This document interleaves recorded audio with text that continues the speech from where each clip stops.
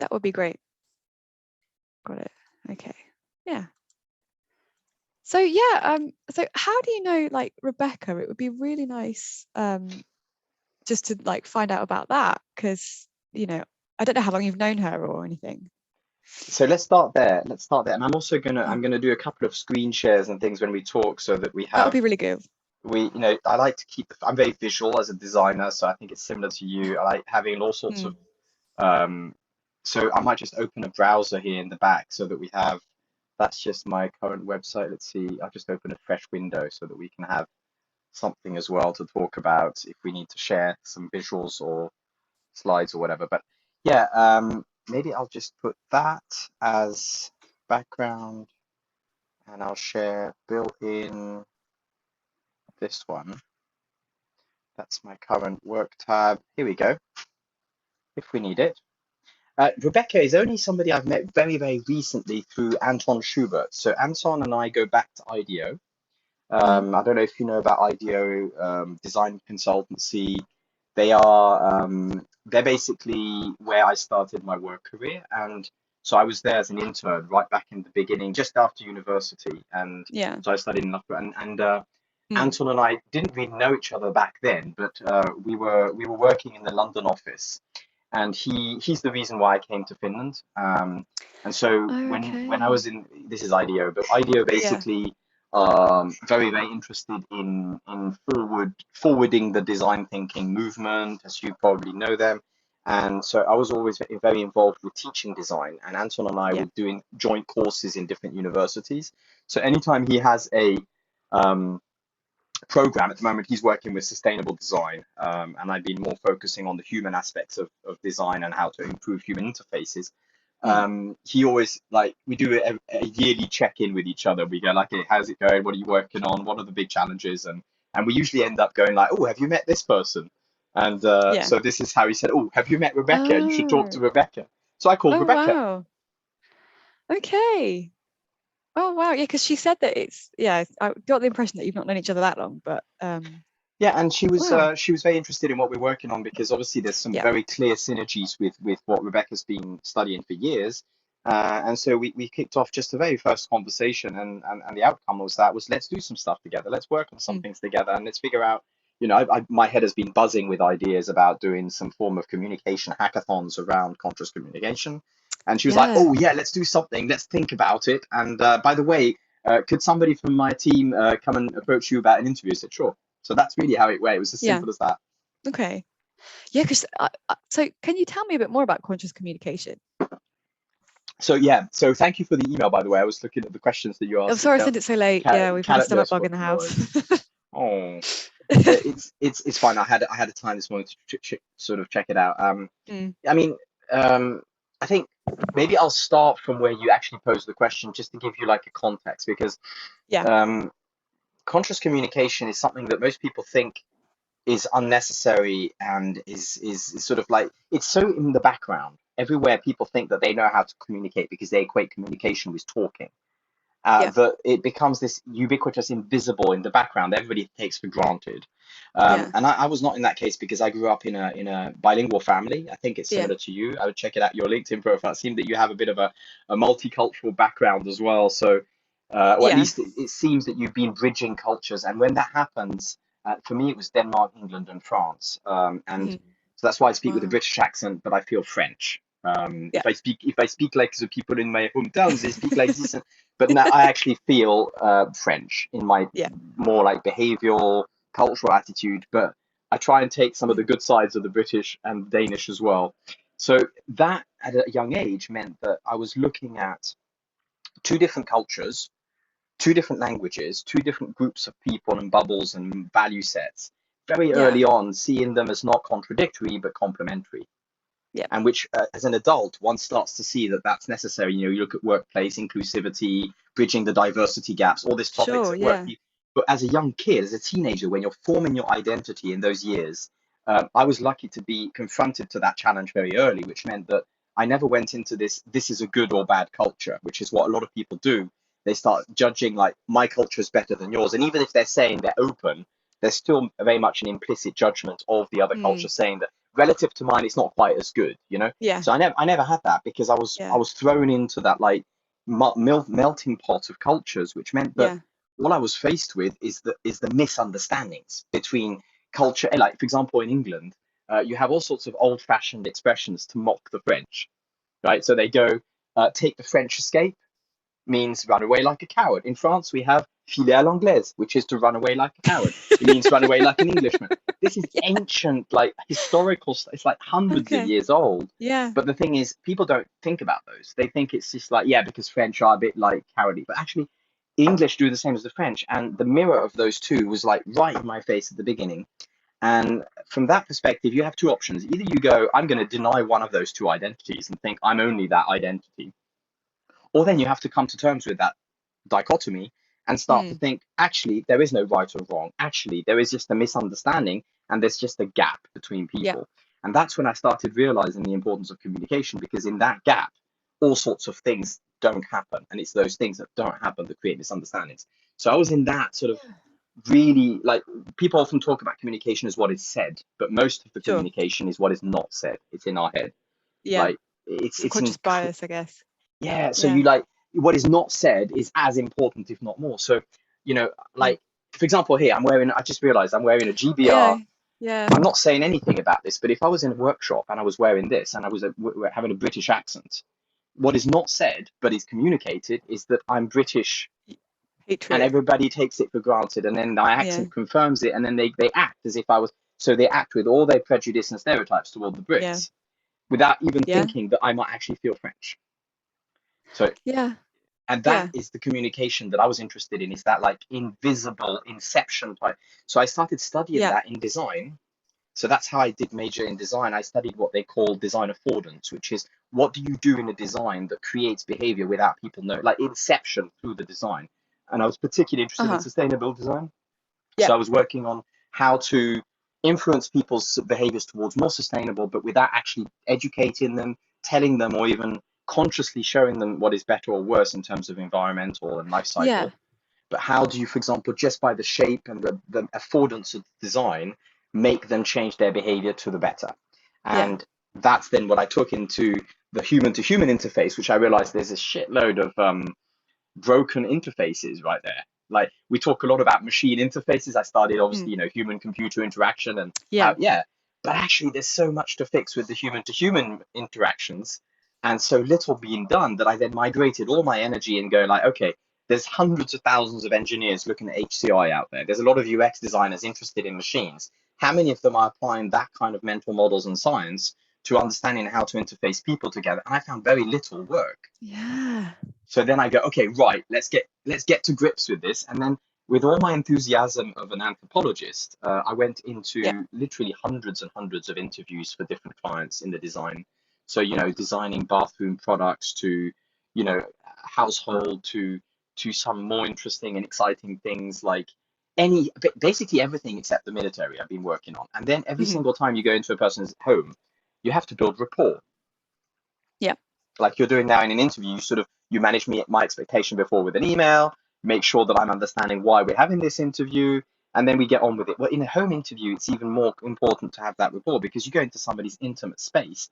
They're Mm. obviously thinking you're judging them, and so all those tricks that we learned in the design school about how to build empathy, I realized that that actually could be interesting in everyday life for talking to people in normal work, and Yeah. actually at home as well. And then I started to realize that we have a massive toolkit of empathy building things that we usually use in design anthropology, which could Hmm. be mainstream and useful for anybody in any context to just build rapport. Yeah. And then I started looking, and this is something I wanted to share as well later. We can come back to it. Is the idea of bubble traveling. Bubble travel. Bubble traveling. So when I was teaching a Okay. course on design anthropology in Alto Design Factory, I had a bunch of students who Oh. were looking early on in their design process at ideation. So I have a Yeah. great idea. Can I ask you if it's a good idea? And I go, I don't know if it's a good idea. Go and talk to people about it. Yeah. And then they say, well, if I show them the idea, they're going to say it's good to make me happy. Yeah. So we need to find other ways of asking them and showing them and try. And maybe even Hmm. don't show them an idea. Go and talk to them about their problems before you show them the idea. And so, and Yep. one step before that was like, I said to them, you're not going to be able to get anything out of the interview when you go to a person's home if your mantra is not at the heart level connection. if you're just connecting on the I'm rationally, because they're going to think you're a scientist observing them with a white, they're going to feel criticized. So you need to build Mm. rapport, whether it's a drug dealer in St. Petersburg or a politician in Amsterdam, they're all going to Yeah. want to be seen as who they are and not judged. So I started building these toolkits of like survival guide for anthropologists. And then it was not enough for the students. So they were like, yeah, I kind of get it, but no. So I said, okay, challenge you over the weekend. Go and bubble travel. What is bubble traveling?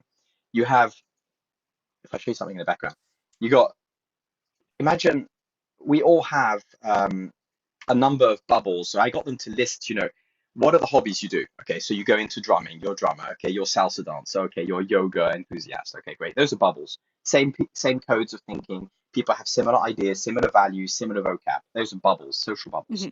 Hmm. And you can travel horizontally from Helsinki to Thailand in the same bubble, and you'll see very little difference. It's like horizontal travel.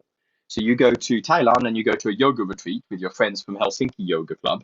You're going to talk the same topics. You're going to eat also vegetarian. It might just be a bit Mm. spicier in Thailand, but you're Yeah. still in the same bubble. Yeah. Then I said to them, what you need to be able to do as an anthropologist, as a designer, is to be curious and to go deeper into the bubbles and change bubble by doing what we call vertical travel. So it doesn't require all the money and the difficulty in COVID, for example, of traveling across the world. You just change bubble. It's called bubble Hmm. traveling. And so I challenged them to bubble travel with very little budget because they were like, oh, they were bitching that we can't actually pay for travel. We're too poor students. We can't travel anywhere interesting. I said, well, you can if you just bubble travel. Just go Yeah. to the local, shop where you buy secondhand clothes. Find yourself something for that bubble. So if you go to a heavy metal bubble, you're not going to wear like the same clothes as if you go to a yoga No. bubble, right? No. So go and get yourself some black leather clothes. Go to the heavy metal group and go there with an open mind and connect with the heart. Ask open questions and suspend judgment and just keep yourself in a curiosity posture. Do that for a Mm. weekend. Come back on Monday and let's debrief. And they Yeah. loved it. They were like, "Oh my God, this was so Mm. enriching because I never thought there was so much diversity in my own city." And they were like rediscovering Helsinki when in Yeah. fact Yeah. they were just in the same city on the next street along. Yeah. So Yeah. the thing is with the social media echo chamber that you know about, everybody is feeling that they know the world because they see Yeah. their bubble and they see their friends posting Hmm. Instagram pictures of their yoga retreat in Thailand, but they're still not bubble traveling because they're seeing an echo of what they like and who they. So they're in this trapped imaginary world of what they think is the world is a very, very skewed, amplified view of reality, which is, confirms their biases about the world and their limited vision and maps of the world. Mm. So, that's you see that in elections. They start to think, I'm really surprised that that candidate got through because all my friends were talking shit about him. Yeah. Yeah, because you're not being objective, because you're in your echo chamber bubble. Yeah. So the idea that I started to play with in design was bubble traveling. Mm. Started to test that in different groups of people, like teacher training. We did a course where we did teacher training through bubble traveling for teachers to learn how to be better teachers. And eventually it Yeah. became a hobby. So that was my main hobby, is bubble traveling. With Okay. COVID, it's been also a little bit more challenging because people have been very socially unavailable. But Mm. that's basically a huge part of this whole communication thing, is that when you do start bubble traveling, you need to understand how to communicate better. And then I realized that when you start bubble traveling, you notice a lot of different wisdom. And I got overwhelmed by so much different wisdom from different bubbles that I started to collect it. I'm visual, so I started to collect it into mind maps, and it became so complex that I had to sit down and think, okay, I need to structure this into a meta structure. What do I Mm. do? Where in science is there meta structure of complex building blocks, periodic table? So I just borrowed the idea of a periodic table, and I thought, Uh-huh. where is there something useful for us here, is that actually there's a lot of equation to, um, if I just show it to you a second in zoomed in, Mm. full, why is it not full? Maybe I can just zoom in with my presenter thing. Here we go. But yeah, I mean, basically, um, each one of the bottom ones are mental models. Those, Hmm. so they're sort of the think and understand level. So each one of those mental models are things that I've come across in a different bubble. So, for example, I was in the bubble of non-violent communication, and I learned that basically all conflicts are not bad. There's good and bad conflicts. Good conflicts build trust, bad conflicts destroy trust. in Finland, we tend to think that all conflicts are bad. So that mental model can unlock a completely different life. I mean, some people, for example, I talk to a lot of bubbles of therapists. Therapists are a Uh-huh. fantastic source of communication wisdom because they deal with the shit end of humanity's suffering. So they're looking at all the problems that people come up with. So you basically can really do a huge amount from just talking to therapists. And in Mm. therapy, they say to me, like, yeah, in Finland, we have a bias. Clearly, like everybody who's conflict avoidant might spend 20 years dealing with the baggage of negativity because of that conflict avoidance, when in fact, maybe having that 1 hour conflict would have solved them 20 Yeah. years of therapy. So one mental model can Yeah. unlock a whole life change for a person. So this is Yeah. why I thought these are valuable. I can't just put them in my Yeah. notepad and just leave them. I need to sort of somehow put them together. And then I started talking to design friends who were going like Anton, he's like, too much information. I don't want it all. Just give me one block at a time. And I said, well, how am I Yeah. going to choose the right one if I don't know which one is helping you? So Hmm. that's how I developed the scan. I just basically prototyped a scan, which allows me to do basically what you would do in a normal coaching interview with people and ask them some calibrated questions about the whole periodic table. And based on their own, I then give them a pattern and say, out of all of this kind of wisdom of communication, those three elements, those two elements are something that you might want to look into that might help you shift what you're doing right now. And Yeah. so the periodic table was not designed as an exercise in synthesis. It was designed as a tool to help digest, share, harvest and digest, share, and help people to find one tiny little lever that would help them become more connected with each other and themselves. Mm. Because ultimately, those mental models at the bottom, I mean, I could talk like literally hours, which is why I'm going to start streaming. Because we're going to start streaming now on this. We did a test last year. We're going to stream about each Yeah. one of those elements. There's so much to say. Like one of those elements, you could do a whole literally podcast on one of those mental models, like Yeah. conflicts. And but there's so many of them, and there's going to be more that we find in the future. That's the invisible part of communication, and that's for me the most exciting, because when you unlock one of those, you can't go back. The awareness is there, you can't erase it, and you Mm. Mm. change a person just by awareness. But then comes the Yeah. bits that people are always fascinated by, which is what is said. So you have Yeah. what is Sure. said Yeah. and written, which is what most people take for communication. So Mm. the carbon element of communication is informing people, that Yeah. one. Yeah. And a lot of Finns think that communication is basically just informing correctly. But that's only a tiny little part of it. It's Yeah. not. No, you've got to be aware and yeah. So, and then there's I what you get that. do, Yeah.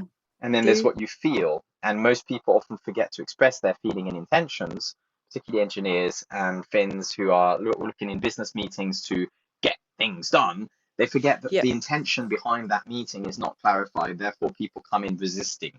So, empathy is needing clarity of intention. When you go to a person's home and you say, I'm filming you because I want to judge you and laugh at you with my friends later, it's different than if I say I'm going to film you because I want to share that with my colleagues to do a design sprint. That's often just not Yeah. said because it's Yeah. obvious, isn't it? No, it's not. Yeah. It's not said. You've got So to say yeah. yeah, so that's how I got to the periodic table. Is that it's basically a work tool that Hmm. I made for being able to A, study human interactions, B, help people who are trying to do better communication in coaching sessions and training to help calibrate what we talk about. Because most often they would just go, this is really interesting, too intense. I have so much to think about after this conversation. Please, can we have another five? But it's with a space of 2 weeks in between. So that's told me that there was too much. So I had to sort of start filtering and choosing, and that's what the periodic table is doing. It's like a calibration tool. Yeah. Yeah.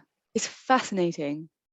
Like, and it goes to show, doesn't it, that you like it's all about actually how aware you are of your communication. Would you say that Finns are like more aware or less aware than other cultures?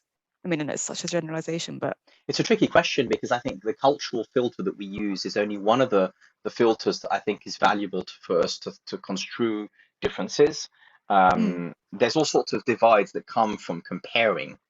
The first thing, I yeah, mean, I will answer that question in a second, but the idea of comparing people, whether it's cultural groups, companies, individuals, or even periods of history or gender roles or age role, all of these different divides that we can come up with, all these different constructs are Yeah, there's so dangerous much. in that they Yeah. create ego, because in communication, ego is the idea of comparing. And the Mm, problem with ego is not the fact that we have one, it's the problem that we think that that comparison is the only way we can think, because mhm. society gives us that as a sort of mental, like, often in Finland, people say, "I don't have an ego problem." Americans do. What they construe Yeah, as I've heard that. ego is arrogance. Arrogance, yeah. But actually, the problem with ego is when you look at comparison as your only way of identifying yourself. So, like, before I answer the question, which in a way is a very valid question, I think the intention behind ego is to know thyself through comparison. Like, if I compare myself to an older colleague who's very competent, like for example Rebecca, who's really competent in her field, if I compare myself to her, I'm not really connecting. I'm just reaffirming either my identity or destroying my confidence by thinking I'm not as good. And that's what happens with Finns, is that the ego problem in Finland is just the reverse opposite of American ego in a stereotypical way, is that where Americans tend to be seen as being too confident and over arrogant, Finns are the other way around. They're Mm, using ego to destroy their confidence. So I have a lot of Finns who are extremely competent experts who think that they're absolutely not, and yeah. they get paralyzed by that comparison identity, that they're not capable of just being who they are and Mm, connecting. And so yeah. so the idea of comparing is useful to a point. It Yeah. comes useful to help know thyself. But Mm, when we know ourselves, the other point, which I'm going to use in the periodic table, is that if ego is one of them, the other one is what we call philautia, is like self-compassion. If we don't have ego with compassion to oneself, we start getting depressed because we like, there's always somebody better than you. mm, I mm. look at Instagram, I get depressed I because know. there's Yeah. always somebody It's who's the on a same better thing. holiday. Yeah. So how is that Yeah. serving me as a human being to connect with others? No, it doesn't. It just makes me feel shit when I open Instagram. So then we need that blue inner philautia, which is, I need to be okay and I need to talk to myself kindly before I can expect kindness towards others. So Hmm. when we train people for empathy, the first thing we look at is, how are they being empathic to themselves? Is their inner narrative empathic to themselves, or are they beating themselves up and then trying to be empathic? Doesn't work. I can't Yeah. be empathic with somebody if I'm treating myself like shit. Yeah. Yeah. What's been the biggest so when you talk to people and you tell them like, what you've learned about them from this, do you sorry, I'm going to form my question in my head before I speak. So do people take this information openly, like, and accept it, or is there still a degree of resistance to being told how they communicate? So I have this habit of bowing to questions. I think questions are more powerful than answers. So I respect asking and thinking about the right question before trying to answer it quickly. So please do think out loud all your questions, and we can Okay. think of the questions Thanks. together, because that's the art of dialogue, is asking the right question. I think that's a really powerful question. Short answer, yes, people find it very difficult because it confronts them with a lot of mirrors that they're not willing to look at. First Mm, mirror is that one of our lenses is the attitude lens, which is the first thing we talk about in business. We've learned the hard way that not all businesses and individuals are ready to even grow in communication awareness, because it confronts them to certain realities that they might not be willing to look at, and that's okay. So my big takeaway so far has been, this is not for everybody. That's mhm. why I'm Okay. not. I had an investor during the COVID period, an Indian woman who was really philanthropic, and she at the time had about 4 million to invest into a project. And I was like, yes, here, over here, Yep. please. And so we had this plan of spreading communication awareness with this kind of tool to a large, big base population. So we had a plan to do that. I even started talking to IDO, to the senior. We had really great proposals on the table, and the fund didn't come through. But it was all a blessing in disguise, because it allowed me to think, do I actually think it's going to work for the mainstream? No, it isn't. And what we conclusion from this whole thing was that this is only for experts like you. It's for therapists, it's for coaches, it's for politicians, for Mm, journalists, for anybody who understands that communication is more than informing people. yeah. And unfortunately, I would like to think that's a bigger number of people. But to be realistic, when I started building this periodic table, I had to let go of the idea of doing impact with this in large number of people in my lifetime.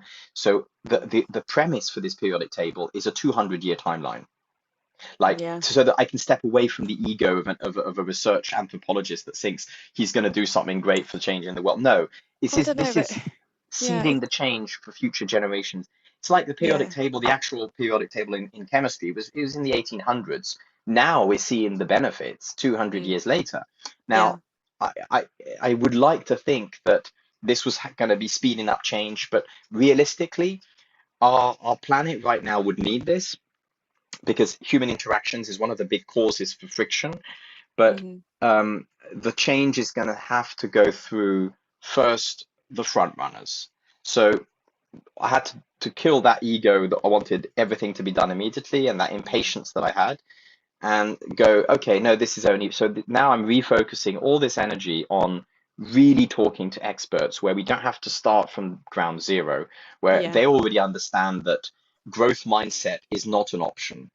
That if you Yeah. go into life thinking that you are given everything at birth and that you don't grow, then the periodic table is just going to be noise. It's just Mm, going to be mm, clutter, yeah. right? Yeah. That is has been my experience as well. Like we were saying earlier about um, being bilingual and growing up in with different cultures and different, people with very different backgrounds. You are always forced to see things from a different perspective. So you grow Mm. up thinking, well, of course, there's another way to see this, and just my way is like always the best. Um, yeah. So And how did? go Sorry. on, go on. You're the one asking questions. I'll shut up. um, well, actually, like, so when we're talking about people who've already accepted growth mindset as Mm.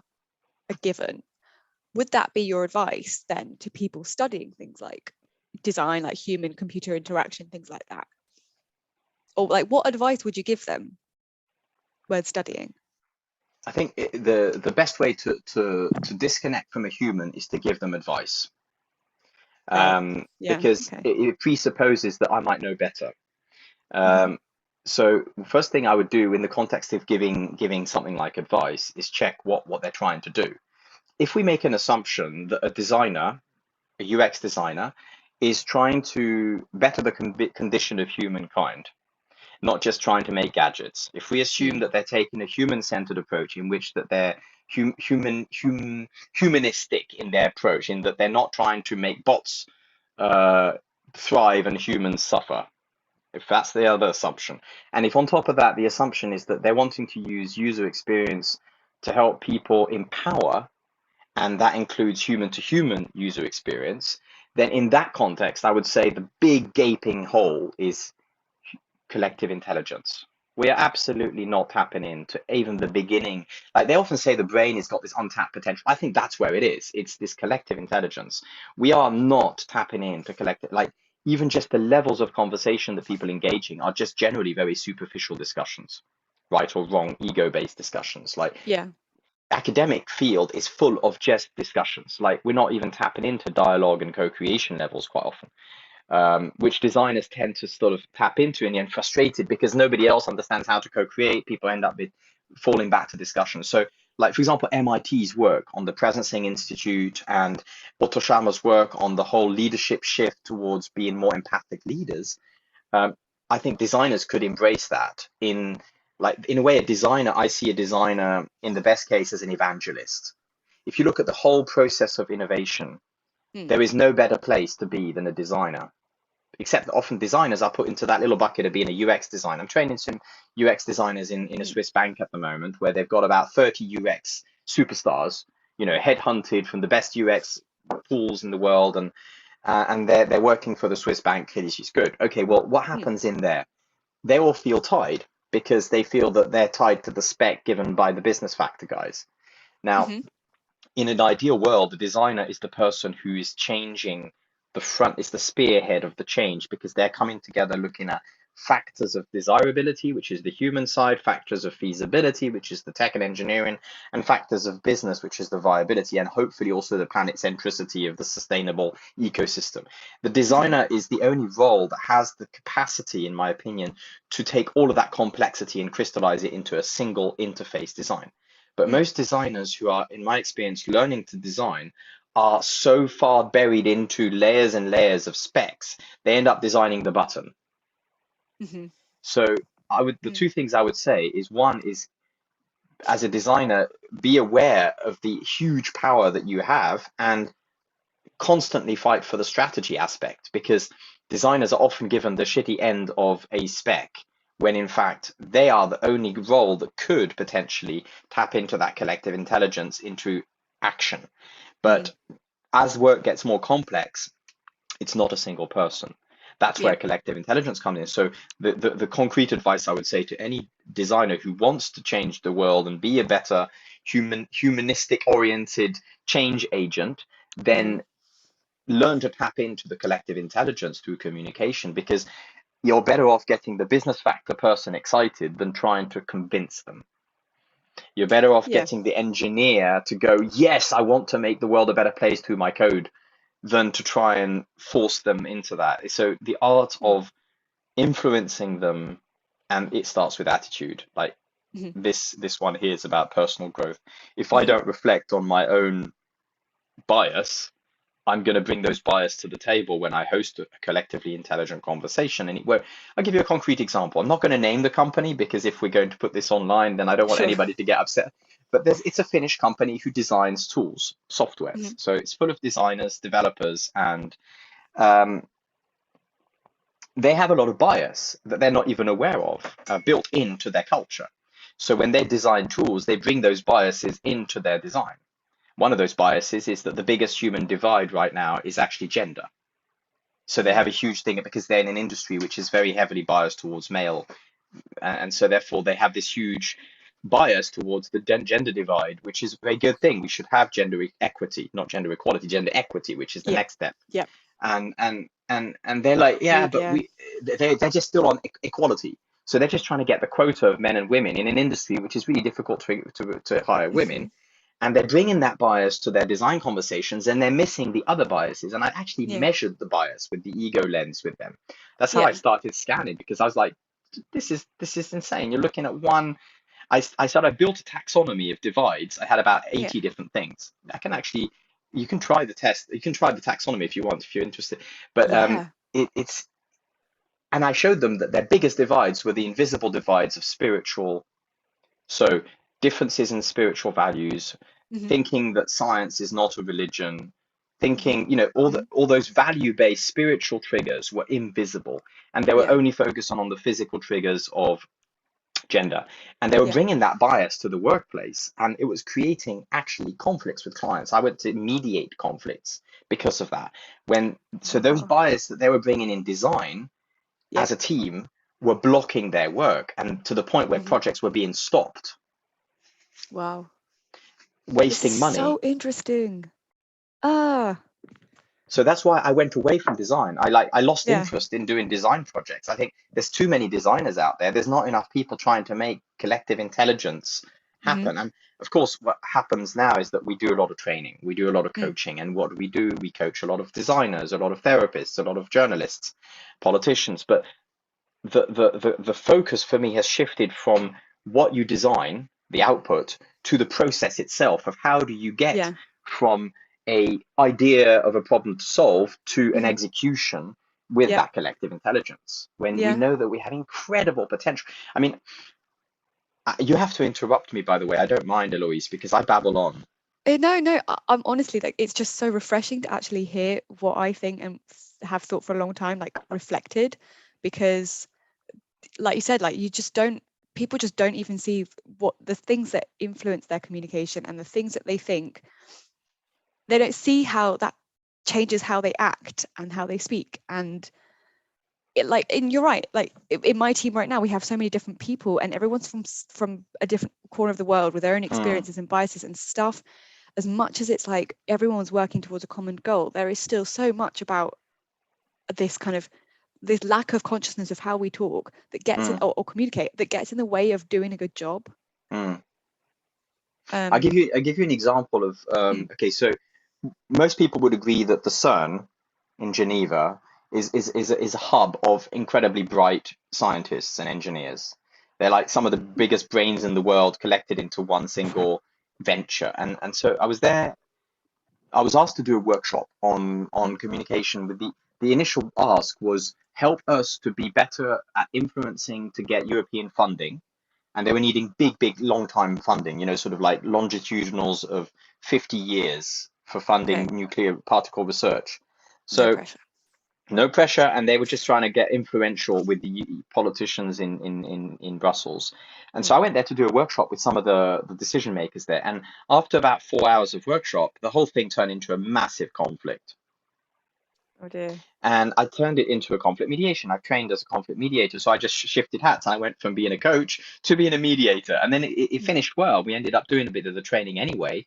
The whole key message was I was bringing to the table the green, blue, red framework, which I don't know if you've seen, but I have there's a TEDx on that, which that's why I'm not going to draw it Mm. for you now because it's out there in the public domain. But this Yeah. idea of behavioral model, looking at what is green, which is empathy, blue, which is the ego and me, and red, which is the collective intelligence, the common action. How Mm-hmm. to dance with those three focus points in conversation is really the key to understand how to move forward. That like you need to start with the green, connecting to the other with the empathy. Then you need to bring in your blue at certain moments in small doses, and then it yields to the red like a ripe fruit from a tree. So that kind of metaphorical logic I was bringing in a training. And Mm. the head of the unit afterwards, when we debriefed, he was like this Finn, Marcos, it was called, and he said like, "What you did there was really interesting, but like." I wonder if what you're doing there could be brought to EU level. I think it would be useful to have in governance. I thought, yeah, yeah. It says like, can you do me a white paper, like just point of view when you're sitting in the plane, and write me a point of view of what you would do if I were to give you 1 billion funding. Blue sky thinking. I was like, okay. Obviously, I knew it wasn't going to come, but I just did the exercise just for the fun. And what came out of it was the idea that shifting governance is a key here. Is that and I'm not talking political governance. Everybody's looking at it's like it's not me, it's them. I'm talking self-governance, Yeah. Yep. like self-governance, and then of course political governance, corporate governance, university governance. But the whole idea of governance, like who is in charge of my thinking? Can I outsource Mm. that to somebody and say, oh, it's because I grew up and I had a difficult childhood, boo hoo? No. Mm. Yeah, okay, but what are you going to do about it? Yeah. Are you going to Yeah. sit there and moan and project it onto the world and to Yeah. bring that suffering out to an echo chamber it out into infinity Mm. and start venting about your problems, or are you Are going you to going to take do it steps? yourself? Yeah. And that's the beginning for long answer to your question about design. I would say a designer has to be a kind of a Jedi of self-development. Yeah. Like they can't really, otherwise they're just going to build shit. They're just going to build gadgets. They're going to build more of the stuff that we don't need that is absolutely overwhelming us with unnecessary interfaces. Yeah. Like a designer needs to be the sort of, and not just a designer, I think pretty much everybody could do with that. But of course, be realistic. Yeah. A lot of people are not ready. So Mm. the growth mindset is the starting point. Like once you start looking into that Pandora box of self-development and you realize that yes, you are biased and that is cultural. And okay, Yeah. what does it mean? What are my values? My value as a Finn is humbleness. How is that serving me right now? Is that, for example, Itala? I did a Mm. project for Itala, first project in Oh, Finland. So we wow. were doing design strategy. So I went out and I interviewed people, right? So I went to Russia, I went to Amsterdam, Sweden, of course, Finland households with the old people showing me their Itala collections, and the nostalgic, like, oh my Itala, it's just amazing, timeless design and everything. And then hearing the stories of how IKEA copied some of the designs and made it mainstream and made a lot of money, and Finns never made because the Finns are being victimized by the Swedes and all of that narrative. And then you realize that that brand is got limiting beliefs. Like their Mm-hmm. whole brand is built on a set of values. So it's what I used to do. I used to go and do brand value analysis. So like, Uh-huh. what are those DNA values that create the brand that then designs? Because a design has to be based on something more fundamental than just the design spec. Beyond the heuristics of design, you still have like Mm. what is the sort of DNA of a. I did that also in gaming industry, like game design. But whichever field you take, there's a sort of core DNA to that design, which are the values. And there are no right or wrong values. But if you're not aware that what those values are doing, they can act against you. And in Intel's case, that humbleness was costing them a lot of money because Mm. they're a brilliant brand, brilliant product, but they were not daring to be bold about it outside of Finland Mm. because, oh, we can't possibly say we're good. We're humble. Mm. Now, Mm. that humbleness was actually shooting them in the foot. Mm. when we pointed that out and said, actually you could do a campaign that would surf off the humbleness with a bit of humor, but we can't be playful because that's against our. So whatever you build, you're sort of constrained by your cultural beliefs and value bias, and Yeah. that goes individually. So even if you're a designer in a multicultural team, if your company has hired you because of that unknown cultural bias, like in that company I mentioned in Finland, who says that they're very multinational, they have lots of nationalities, yeah, but they all think the same because they're Mm. succumbing with the same set of values, which are, and that doesn't bring diversity of thinking, that brings groupthink, Mm. um, which you know about. So Mm. the trap is to think that the differences I see are the important differences. Yeah. Yeah. Like factually, Yeah. if you look at data, there is never been a time that we've been better off as a species. Mm. But Yeah. From a data point of view, yeah. the media shows us that everything's going to shit, the world is ending tomorrow. Mm. But factually, when you actually look at all those things, we're in a really good spot. Mm. Yeah. Yeah. This is so interesting. Like, I realize we've got like 15 minutes, so I want to I'm ask happy to all my go on because questions. I've booked a bit of extra time. So if you feel like you want to continue and you've got time, I'm happy as well. Oh, where did I go? So, I'm buzzing with questions. Like, I mean, I haven't talked to anyone about communication like this in ages. I mean, I know we work in the communication department, but like, it's more very, you get bogged down with the everyday like tasks, and we don't actually talk on, like, this is just confirming exactly what you just said though. It's very surface level what you talk about, even among people who should be talking about communication. It doesn't tend to get down to the like lower levels. Hmm. Don't you ever get frustrated with people and with their lack of awareness? Doesn't it ever piss you off? Absolutely. Even though that's a very leading question that tells I me mean, that I can okay, say yes or I'll give no. you a leading question. You can No, say but yes or no. that is a good question because I actually, that is, in a way, it's a very empathic question because absolutely I get frustrated all the time, and more than frustrated, I get deeply angry. Mm, That's my French side that gets sort of like I have to sort of in Finland digest it and show sort of like just like a nice face, but it pisses me off because mm, I think the thing that angers me most is the complacency that people have, that they yeah, think that what they currently understand about themselves is good enough, yeah, that they're yeah, better off going to watch another Netflix series than to take a sort of deep dive into what are their values actually right now when this COVID is hitting us and there's potential war in the air that everybody's talking about. What are you doing about it on yourself? Are you yeah, just playing ostrich and going yeah, into hyping up what you're afraid of and amplifying the echo chamber once again? Or are you going to go off into the forest, meditate, and think about what you really want and who you really are? That's what makes me yeah, angry, is that people just don't have that. They're just like, they're quite content only doing that when there's a real crisis in their direct circle and vicinity. So if my mm, father is in Ukraine, suddenly I'm going to do something about it. But if it's just comfortable enough, yeah, and that makes me angry because I've yeah, seen yeah, same. people connect on levels. I call this quantum conversations, right? With the idea that it's the element here.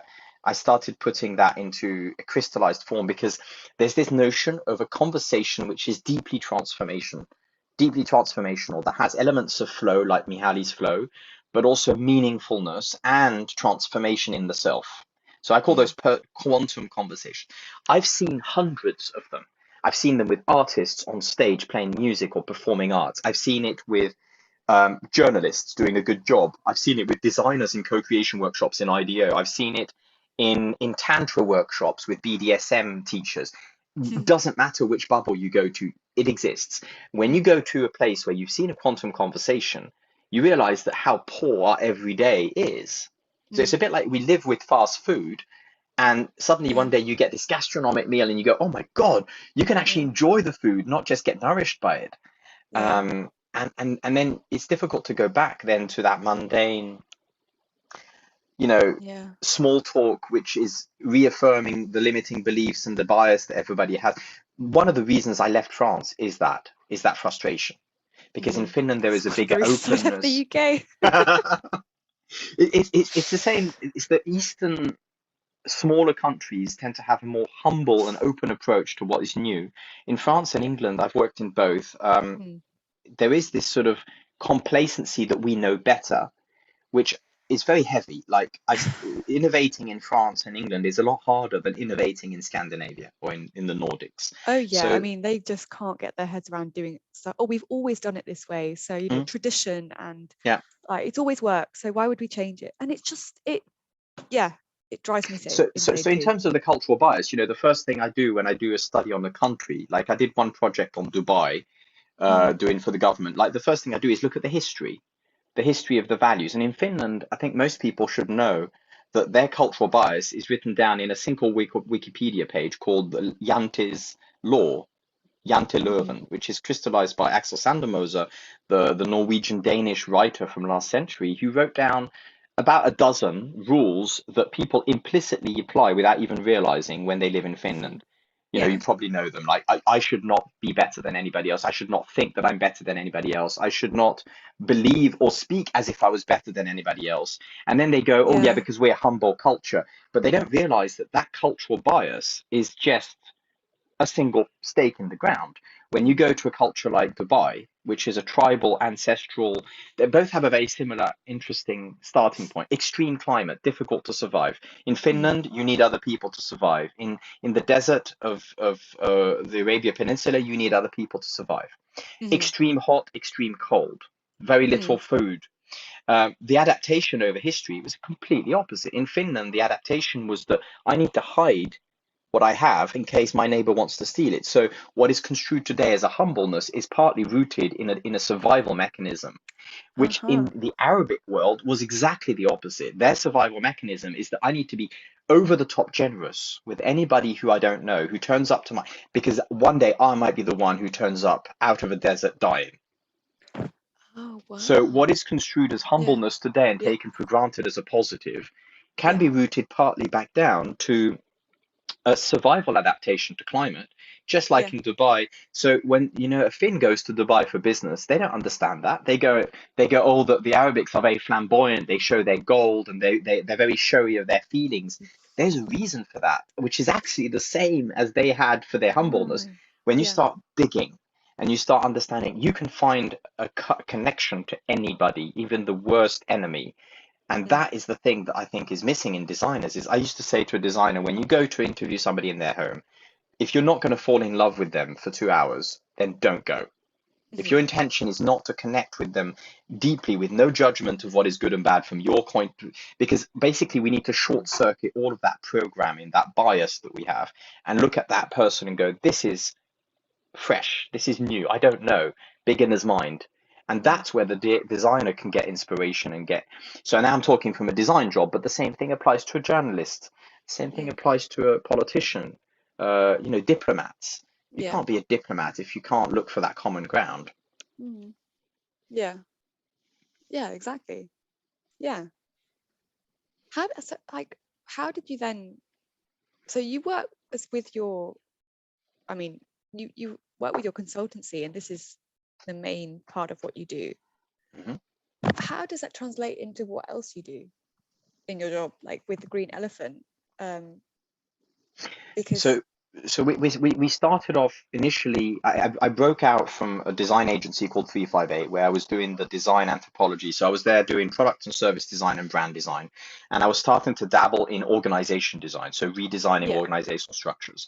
And I left the company and started doing trainings in conscious communication. So essentially, the part of the green, blue, red model that has the three first colors of this, yeah, training people. Then I started to apply training into that design work and thought, wow, I could design a learning journey, like the journey home, the Jedi. We called it the Jedi journey, and it was like a 6 months personal transformation plus training on communication. It's fantastic fun. mm, But first, it was really expensive to run, and there was such a waiting list in the companies that people started to get angry that they couldn't get in, and so it was like, and it was all about personal me, and then I realized okay, that we needed to actually make this more wide, more open, more bite-sized chunks, more easy to approach.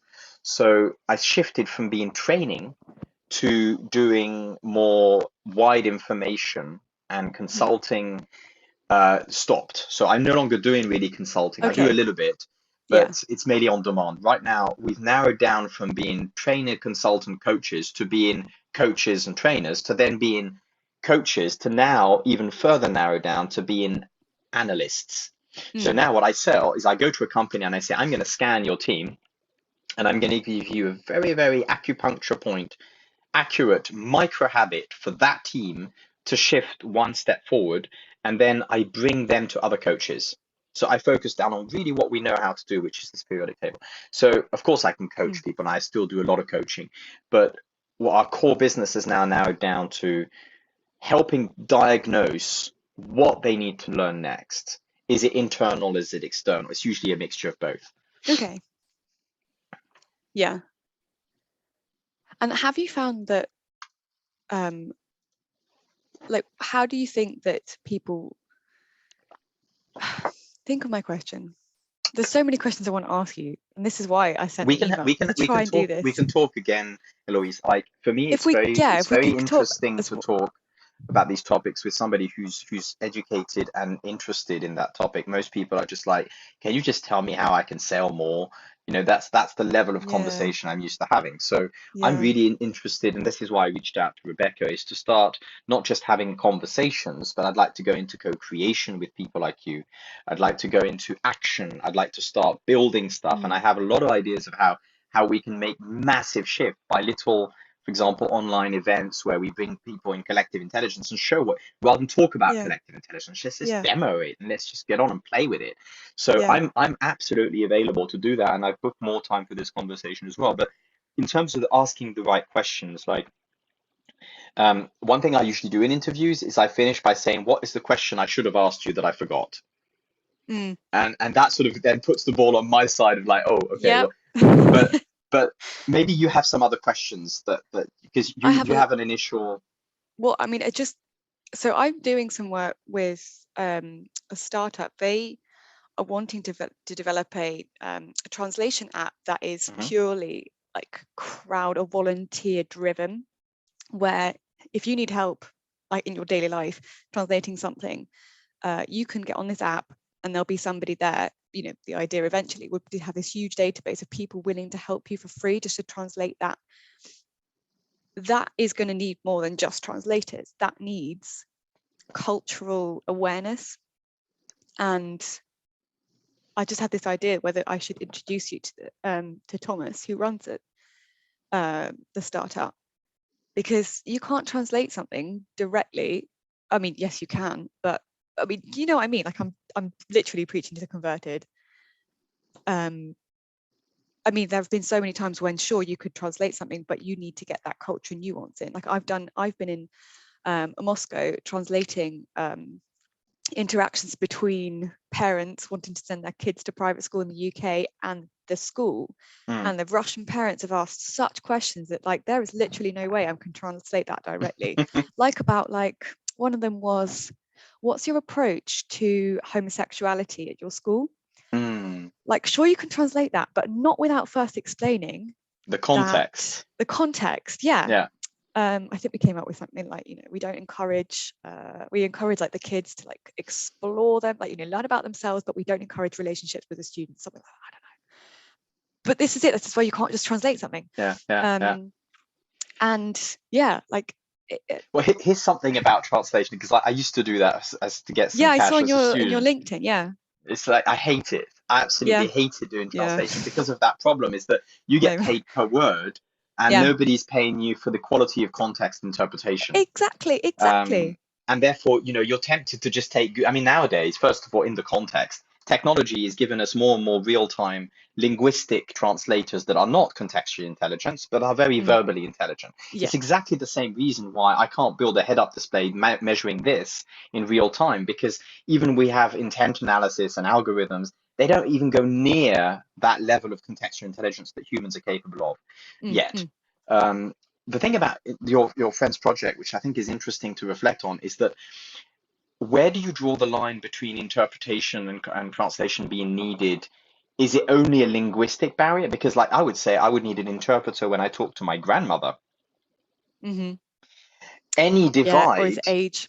Yeah. Yes, any divide, or to a non-designer, if you're a designer, anytime you cross a bubble boundary, anytime that you have a difference in people, whether it's gender, age, language, culture, you have exactly the same problem of contextual intelligence. And Yeah. what people forget is that it's very salient, it's very obvious when you do it with language. Okay, Russian to English, yes, I need an interpreter. But Yeah. we forget that that also applies across bubbles. So Mm. in actual fact, we're all needing translation all the time. But the main difference is that some of us know it and others don't. So you know Yeah. it when you have a language problem. Yeah. Um, But you don't know it when but you've got a cultural one. so the whole thing, like I would definitely recommend you watching the blue video I made because I have Yeah. codified. I can show it to you on. I can put it up on the. I might even have an infographic that I can put in the Oh background my here. But gosh. basically, Sorry, the bell's just gone. Sorry, I'll be right back. go for it. Go for it.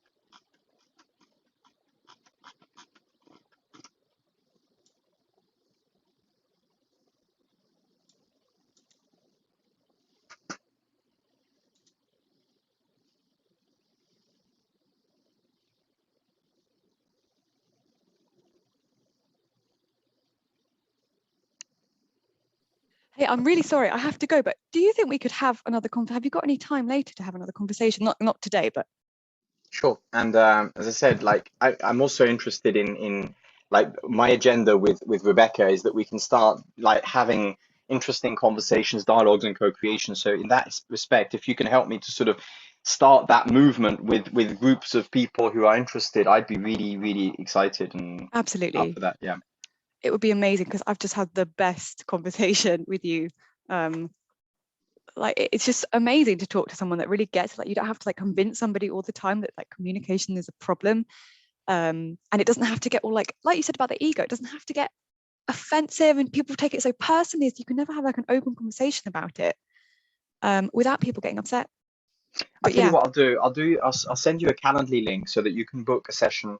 Let's do it more like a dialogue and less we sort of like and the two topics we could explore is one, whatever questions you would like to explore, which will serve your agenda with your current needs with your projects and thanks. blogging and media. That's one. Yeah. And then we could take a little bit of time on that session as well, to explore as well. I'd like to submit an idea to you about some form of crowdsourcing the periodic table to students, Yeah. and maybe your perspective on that will nourish that reflection forward as well. So then it could be really useful for both sides to do that.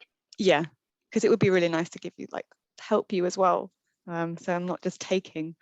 That's fine. Um, I mean, but yeah, thank it's a you. two-way road, and I'm really enjoying also having those more meaningful conversations than average. So thank you Yeah, for reaching out, Eloise, and have a great day. thank you. And you, I hope it's sunny in Helsinki. Speak to you soon. Bye. Bye. Ciao, bye bye, bye bye.